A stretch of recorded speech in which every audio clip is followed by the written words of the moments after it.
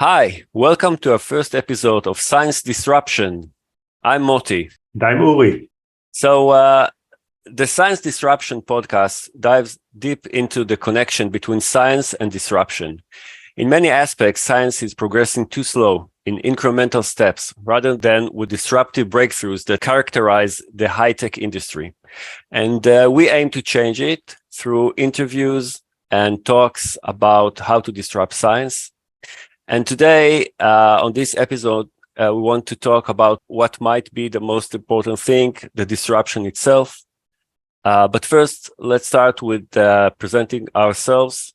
Hi, so I'm Uri. I'm a professor of marine geosciences. I study the ocean floor and the currents and what's beneath the ocean floor. I work in the School of Environmental Sciences in the University of Haifa in Israel. Throughout the years, I studied geology, biology, geophysics, and tectonics. And I have also studied for a postdoc at the School of Earth and Environment in the University of Leeds and in the Geological Survey of Israel. So I got to see several aspects of natural sciences. I wrote several papers about the ocean and the Mediterranean, and that's what I'm bringing to the table. Yeah, and I'm Moti. I come from the entrepreneurship world. I co-founded several startups. Some of them were successful. I've been leading investments in the past few years in early stage and late stage startups. And also, I'm a lecturer at Reichman University, where each year I help my students to create 10 new startups. And I think the idea that we both come from different worlds, more science, more high-tech, although there are overlaps, is very interesting. And we started to talk about science and technology. In startup, disruption is the key. Like you say disruption all the time, and we'll try to define disruption in this podcast. And in science, you want to have breakthroughs and want to get science to go like to wild new places. How can we connect between these two? And this is where we come to this podcast. Okay, so let's talk a little bit about the biggest challenge in sciences today.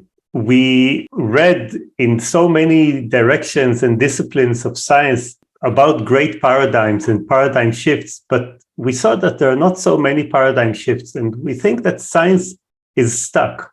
But what does it mean that science is stuck? This is a question, right? Yeah, with a big question mark. Okay. Because some of the people will disagree, and they will say there are so many innovations and breakthroughs, but we think that science is stuck.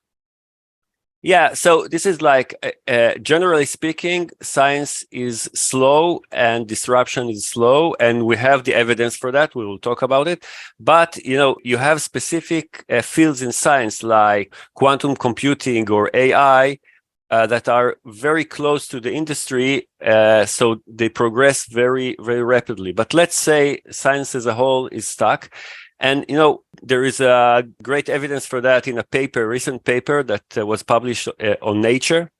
And what they try to do is to say, okay, let's define what is a breakthrough disruptive article. And let's see how many of these we have.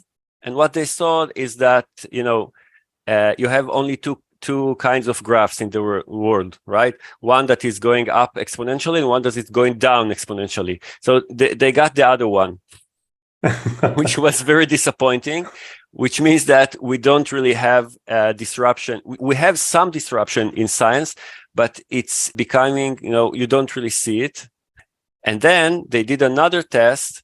They tried to see, one of the things that disruption creates is that you have new words in the dictionary, like generative AI. Nobody said generative AI like 6 months ago. And they try to find how many new words enter the scientific language. And again, they got the disappointing graph.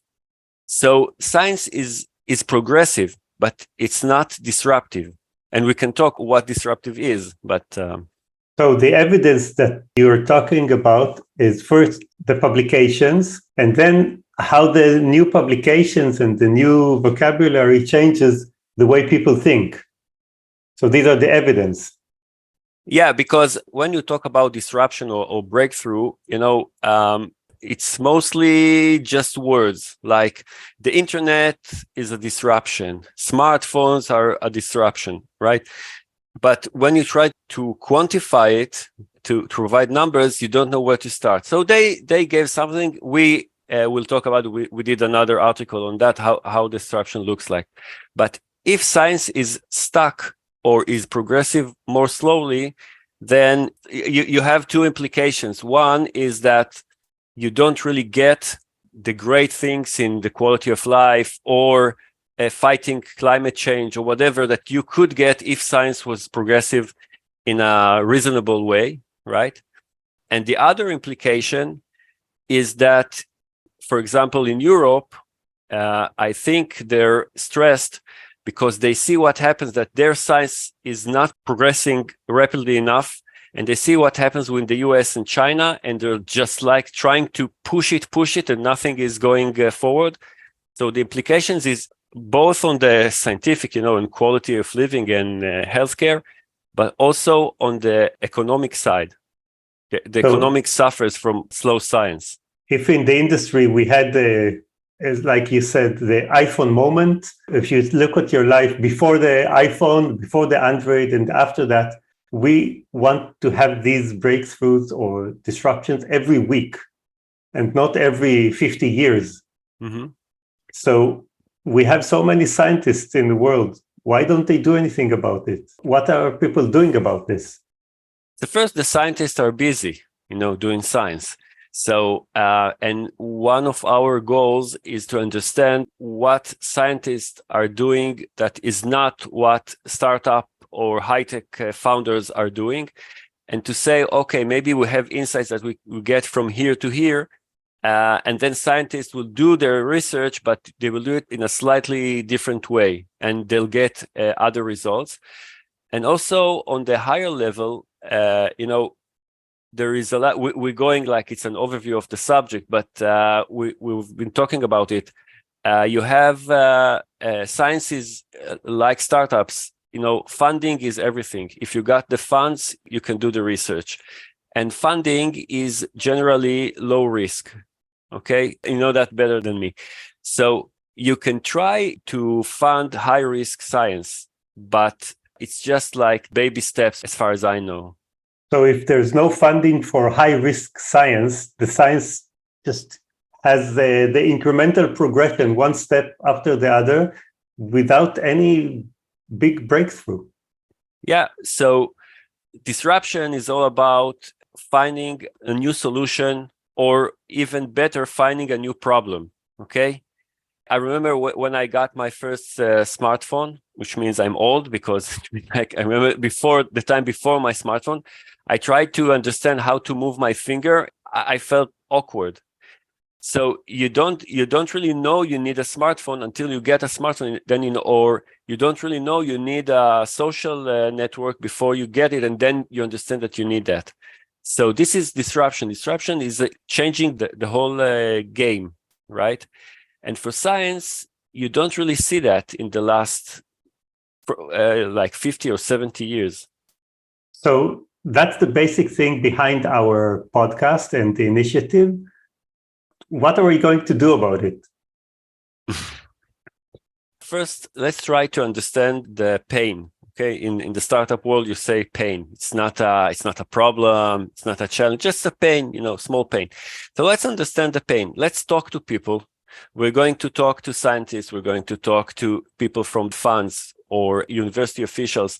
We're going to talk to people from the high-tech industry. Just talk to people, understand, to provide insights on the pain and on the comparison. This is like a first step, like in every research. This is what we're going to do in this podcast.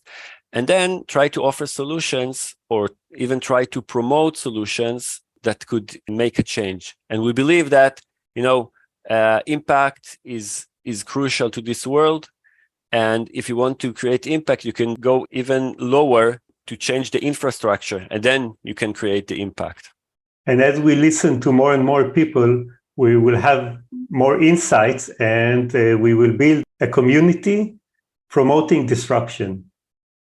Yeah, because science is changing, right? Science, you see monetization in science, but you also see impact. You also see people are listening to each other, but still it's like an earthquake is starting, but we want to direct it in the right path. So this is what we're going to do. And I think it's exciting. We're going to change the world.